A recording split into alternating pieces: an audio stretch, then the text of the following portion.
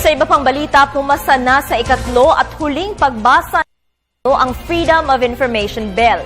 Ang panukalang batas ay may layong mabigyan ng access ang publiko sa mga impormasyon kaugnay ng mga transaksyon ng pamahalaan. Para sa detalye, balitaan mo kami Sam Ramirez. Sa botong 21, naipasa ng Senado sa ikahuling pagbasa ang Senate Bill 1733 o kilala din sa tawag na People's Freedom of Information Act of 2013.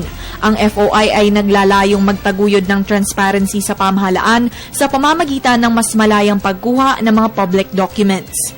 Isa sa mga itinuturing na mahalagang bahagi ng Senate version ng FOI bill ang pag-upload ng mga Statement of Assets, Liabilities, and Net Worth o SALN ng mga government officials sa kani-kanilang mga websites. Itong mas pinatibay natin, mas naging malakas pa itong FOI sapagkat yung automatic uploading ng SALN, hindi lamang legislative branch o kaya yung executive, pati na rin lahat ng pay grade 26 and above.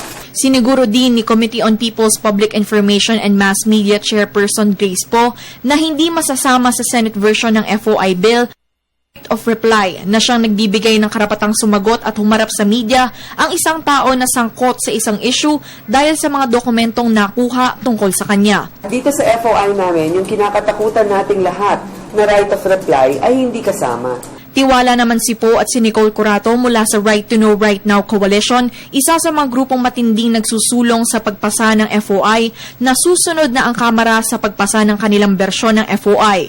Tiwala din si Poe na tutuparin ni House Speaker Feliciano Belmonte ang kanyang sinabi na maipapasa ito sa 16th Congress.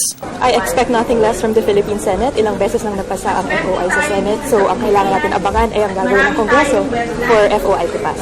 Ako naman ay kumpiyansa sapagkat meron minungkahi si Speaker Sani na sabi niya within the 16th Congress ay papasa yung FOI sa lower house. Kasalukuyang nasa Technical Working Group Committee ang FOI sa Kamara upang pag-isahin ang mahigit sa 20 bersyon ng FOI.